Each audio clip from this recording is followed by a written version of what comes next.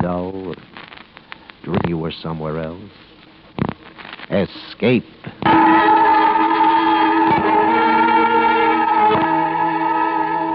Of a man who is to die at the hands, as Hugh Cave tells it in his silent horror.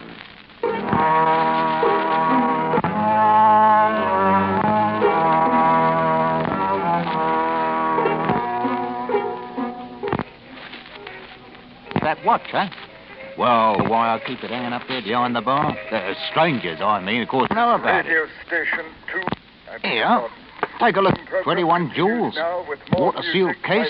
Belonged to Tom Dawson, the painter. He was the little washed-out guy who always looked kind of lost. Nobody knew much about him, except he painted good pictures. I didn't know much about Elizabeth either, that girl he brought up from Sydney. It was pretty easy to guess about her. She gave him the watch. Yeah. Still runs if you want it. See? Got quite a tick if you hold it close up to your ear. Sounds a little like jungle drums way off in the distance. I suppose that's how it sounded to Tom Dawson there at the last, when that watch meant life or death and they were waiting for him out there in the darkness. Oh, that's quite a story. Only it's kind of hard to know where it starts, see? With Elizabeth, perhaps. Anyhow, Tom was telling it himself in his own words. I think he'd start with Elizabeth.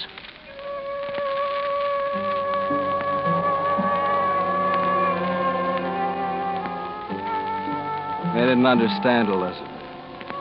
How it was between us, what she meant to me. None of them did. They gossiped a lot the way they always do in tropic ports. But they didn't really know anything about Elizabeth. They didn't know how sweet and how convincing she could be. How she could wrap a man around her finger. Like the time she gave me the watch. Go on, Tom, open it. I want to see if you like it. Like what, Elizabeth? Open it and see. You come home with a package and... It's a watch. Mm-hmm. It's a good one, too. It's made for the tropics. All sealed and everything. It'll run forever. Yeah, honey, but where'd you find a watch like this in Port Moresby? Well, I didn't exactly. I got it from Captain Ducar. Ducar? He has a trading schooner. I used to know him in Sydney. Yes, I think I've heard him mentioned recently around the bar at the hotel. Probably. He's been in port for a couple of weeks. Do you really like it, Tom? The watch, I mean. Sure, baby. Who wouldn't? Now, you can always tell just how long you've been away from me. In that case, I won't need it often. It sounds like a heartbeat when you hold it close. I guess that's what it is in a way. A heartbeat of time. Measuring out your life. My life. Second by second. Oh, Tom, that's a morbid idea. Do you love me? Crazy about you. You don't have to bring me presents to keep me that way. I wanted to, Tom. Yeah, I know, but this thing's too expensive, Elizabeth. I can't keep it. But you must. I gave it to you. It's worth $200. Have you thought of how you're going to pay for it? Well, I had some savings I didn't tell you about. I thought you were flat broke when I ran into you in Sydney. Well, I wasn't, though. Look, Tom, why don't you forget it? Let me worry about it. And anyway, I've already paid for the watch. Why prolong the story? Everybody else knew and I didn't, that's all. Pure self-delusion. Because I had plenty of opportunity to know. Insinuations around the hotel bar, talk along the harbor front, remarks about Pierre Ducar. But like I say, I was crazy about Elizabeth. And I ignored it all, went on painting and didn't know. Maybe I didn't want to know. I'd been out on a 2-day painting trip with one of the native fishing boats. We got back to port a day earlier than I'd expected. It was about midnight when I climbed onto the wharf with my canvases and headed around the harbor front. I walked about 50 yards when I heard it. Came from a schooner moored at the wharf just ahead of me. I walked closer. There was no mistaking that laugh. You're such a fool Elizabeth. sometimes. You're like all the others. Full of words you don't mean. And the schooner was Pierre Ducar. Yeah, but they are pretty words, ma chérie. And you like to hear them, no? Of course, I like to hear them. And maybe that only shows I'm a fool, too. No, I think it is not you and I who are fools, but that husband of yours. Tom? Oh, he's all right. But he's so boring at times. How did he like the watch I sent him? Fine. Only he wondered how I was going to pay for it.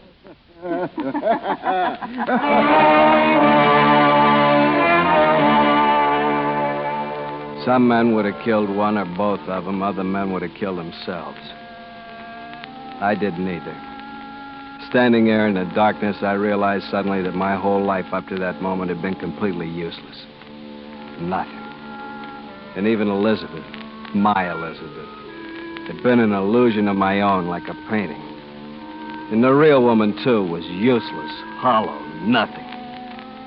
I threw my paintings into the waters of the harbor, turned away into the night, and ran.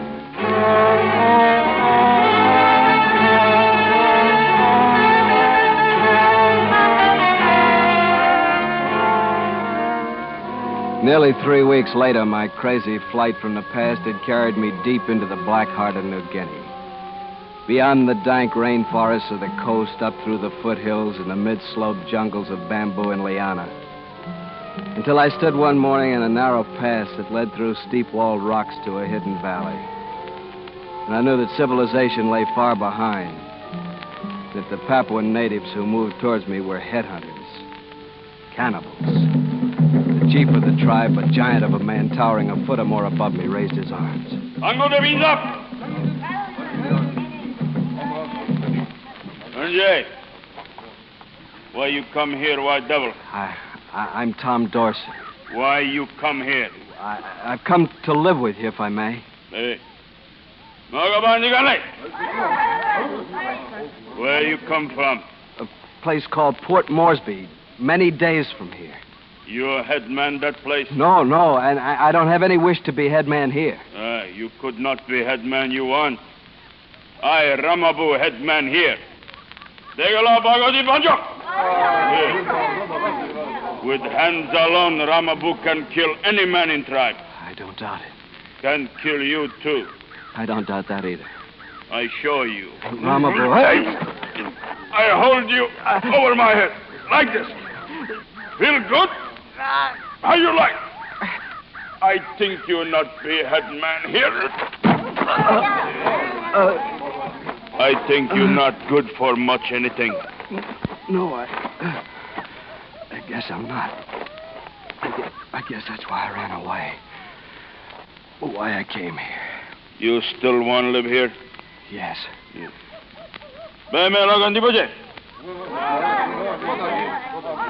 All right, you stay. But you cause trouble, I kill you. Understand? Yes, I understand. Good, that's good. Bonjour.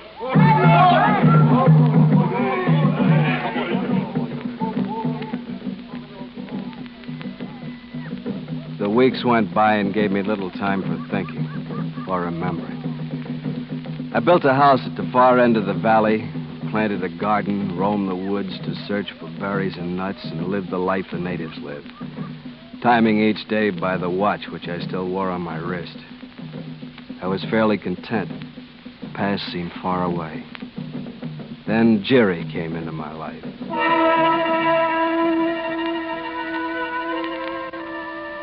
I'd gone exploring in the north end of the valley, and when I came back at dusk, she was waiting in the door of my house. Young, brown-skinned, beautiful. Hello.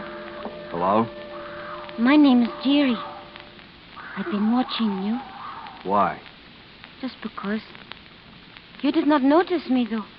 Why should I notice you? Well, are you not like other men?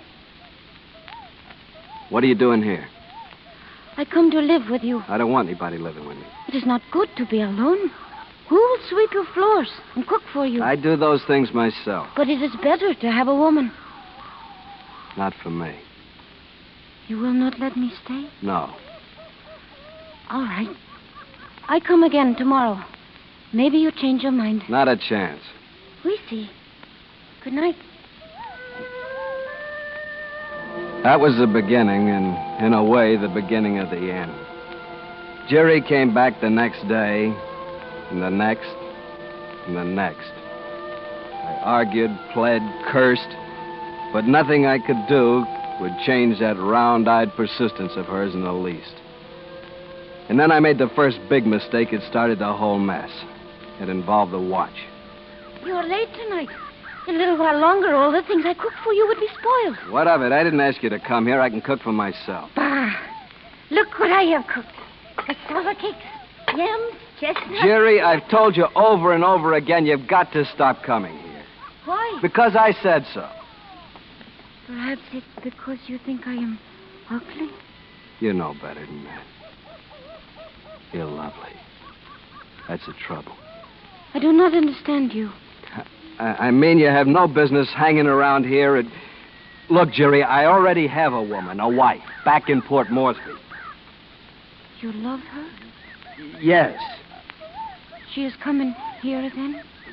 No, she won't be coming. Then it does not matter. What good is she? That's not the point. Look, she gave me this. See, it says from Elizabeth. That's her name. To Tom. That's me. What is this thing? It's a watch. What does it do? Well, it counts the hours, tells what time the sun will come up, and tells when it'll go down. How does it do these things? Is it magic? Well, yes, in a way you could call it magic.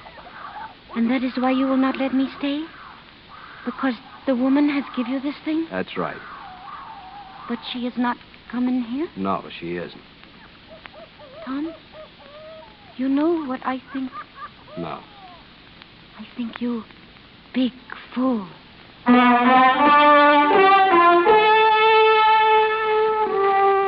Jerry talked, of course, told the villagers about the magic watch. By twos and threes, they came to look at it, stare at it solemnly, exchange a word or so of gossip, and depart. I welcomed them at first, realized how lonely I'd been, except for Jerry's daily visits. Now I'd suddenly become a popular celebrity. But there was one thing I hadn't counted on, and that one thing was Ramabu. Much talk in village of magic thing you keep here. Ramabu come see this thing. I'm glad you did. Welcome to my house. House.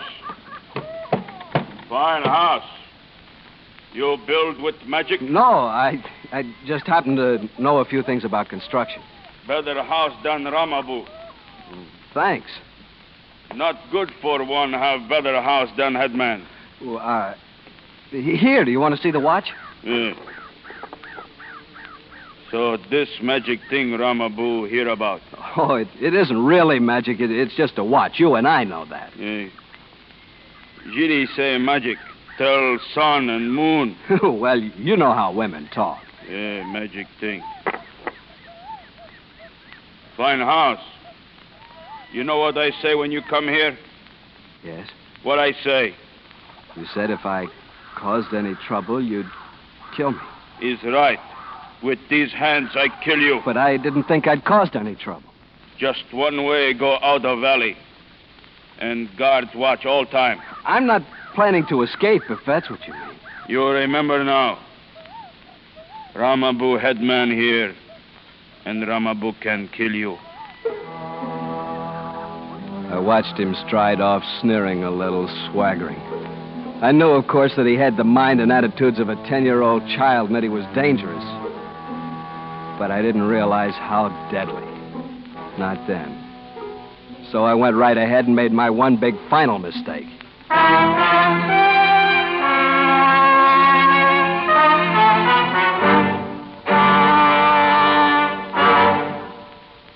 We will return to Escape and tonight's story, The Silent Horror, in just a moment. Lots of folks will be driving on our highways during the Labor Day weekend. It's a weekend for pleasure, so let's keep it pleasant for everyone. Obey the traffic laws, don't speed, stay on the right side of the road, and don't drink when you drive. Be careful. The life you save may be your own. And now, back to Escape.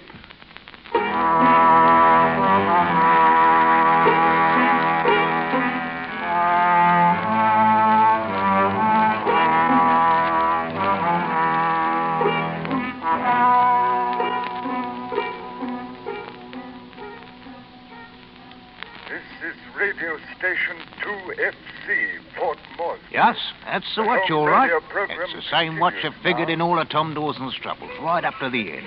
Or especially at the end, you might say. Of course, I didn't get it from Tom himself.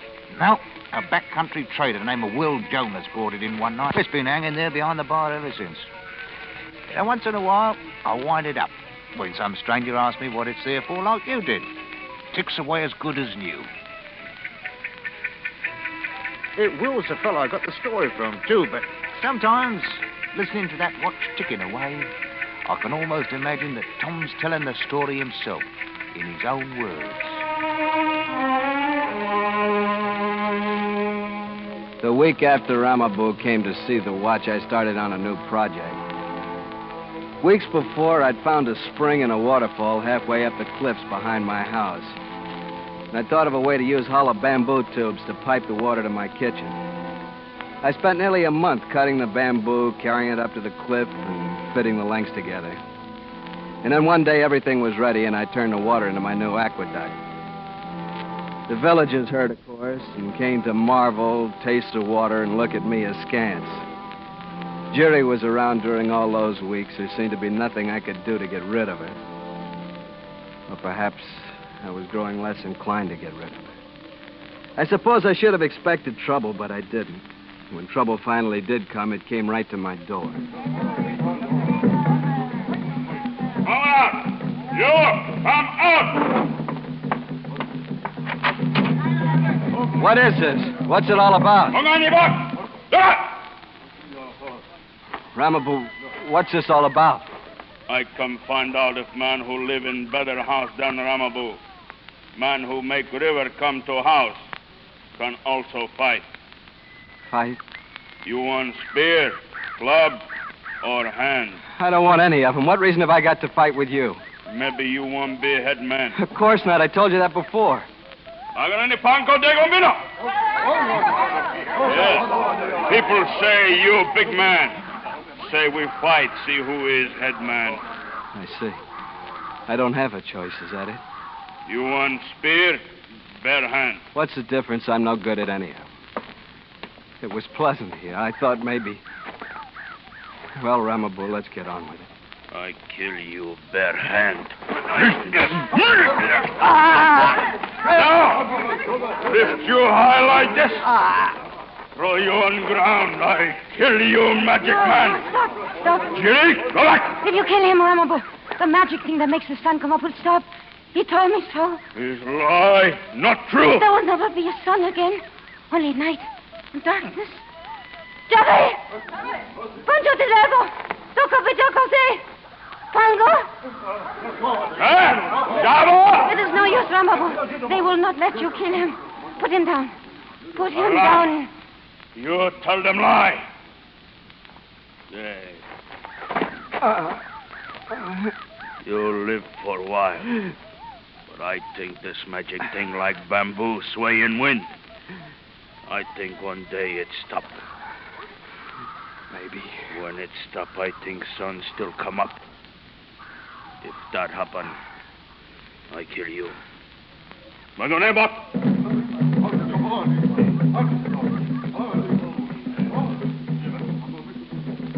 Jerry, I guess I owe you my life, such as it is.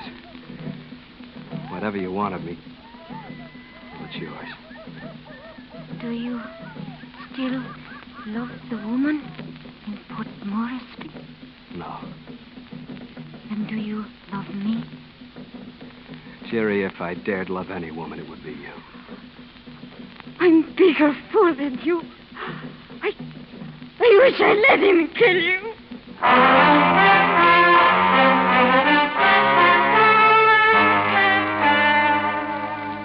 Ramabu came the next morning to look at the watch. He saw that it was running and left without a word. And he came the next day and the next and the next. First, it was amusing, but gradually the terror began to creep in. As long as it ran, I'd live, and whenever it stopped for whatever reason, I'd die.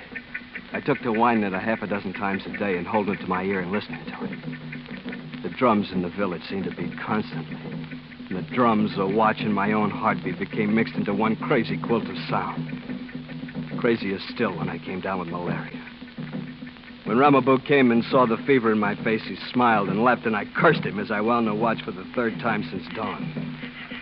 2 nights later, Jerry slipped into my room. You are sick. I have heard you are sick. It's a fever. Where have you been all week? They would not let me come. Tonight, I ran away for a while. What do you mean? I mean, if my father accepts the marriage gift, I am to be the wife of Ramaboo. He is head man. I had no choice. Do you care? What if I did? I ask you, do you? If you were married to me, you could only look forward to being a widow. There is a way. If you Wait. care enough. Here, stop. Oh, what is wrong? Here, let me have it. I gotta get it started. I must have forgotten to wind it. What are you doing? What are you saying? It won't run. It won't run. Ramaboo will find out. But it is running. Hold it to your ear. Huh? It was the drums that stopped. Oh, I thought it was a watch. Come. I thought it was a watch. Listen. There is a way out of the valley. I know about So do I, Jerry. There are 20 guards watching. No, I mean another one. It is behind the waterfall where you meet the magic thing of bamboo. What? A little path goes up the cliff. Very steep. But I have climbed it. We can go together, if you care. But I'm sick. Maybe in a day or If two. the magic thing stops a day or two, may be too late. If I'd known about it a week ago, before I caught the In a fever. few days, I may be married to Ramaboo. All right, marry him. Don't say that. I'm sick, Jerry. I can't do it. Go ahead and marry him if you want. Leave me alone.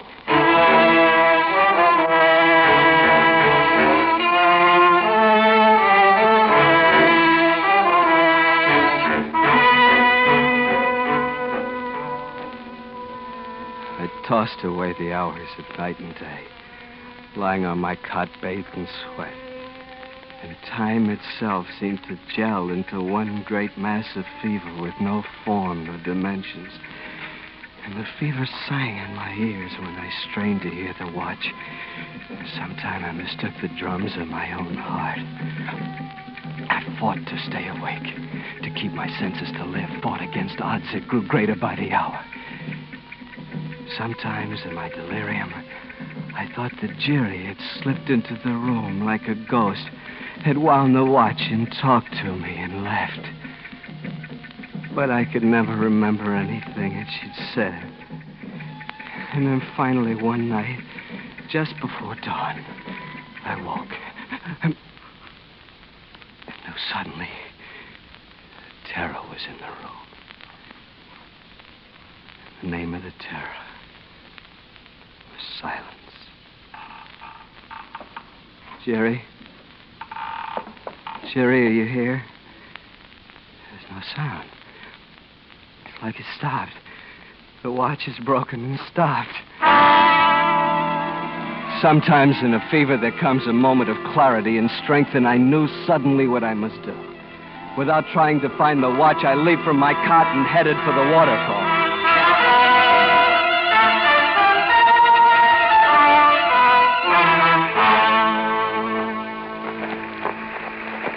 By daylight, I was halfway up the rock wall, drenched by the falling spray and dog-tired.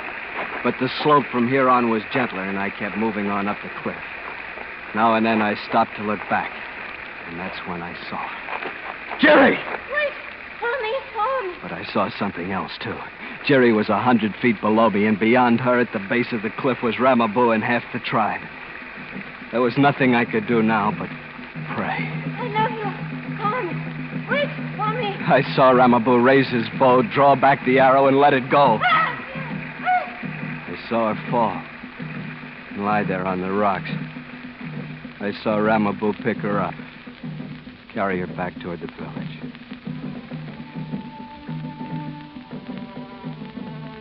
I knew the greatest thing I'd ever owned was gone. That my life was once again, and this time truly, useless. I turned and plunged into the jungle.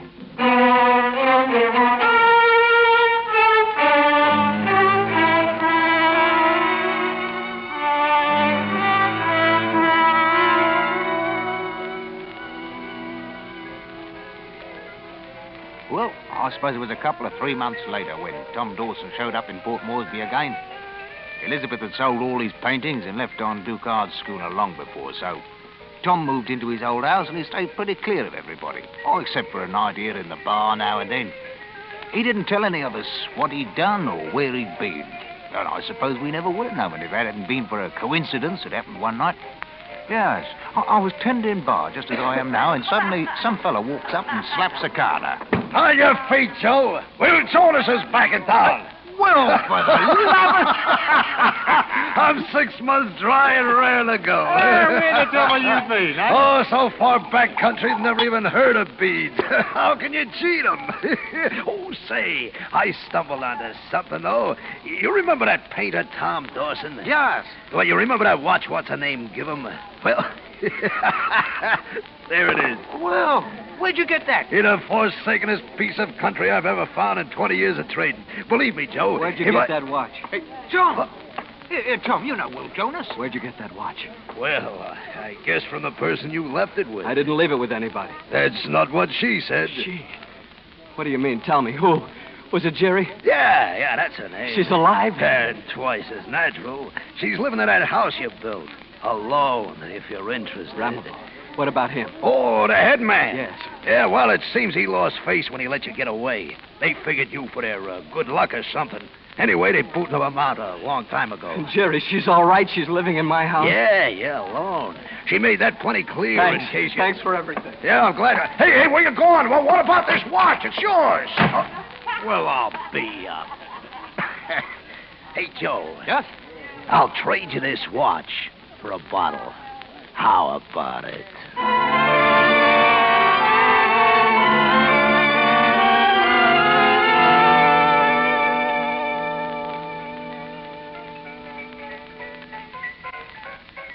Well, that was 5 or 6 years ago. Nobody around here has ever seen Tom Dawson since. Because all of us have got a pretty good idea where he went, though. Yeah. And I'll lay odds on one thing, stranger. I'll bet you he's happy.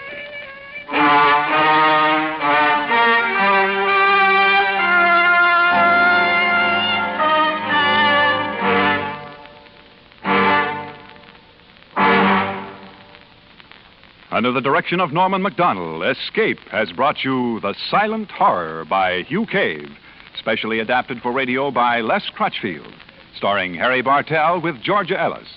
Featured in the cast were Jack Crucian, Ben Wright, Ann Diamond, Stan Waxman, and Lou Krugman. The special music for Escape is composed and conducted by Leith Stevens.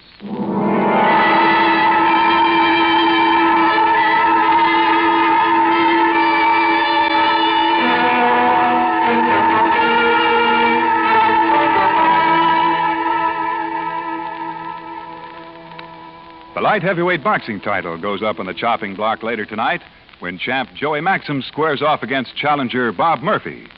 With this exciting championship go, your Wednesday night fight exclusives on CBS Radio begin another action-packed season. Don't miss it, blow by blow, over most of these same stations later tonight. Next week, Hearthstone of the Death Squad returns to the air. Be sure to listen next week at the same time for the first of this new series. Clarence Cassell speaking.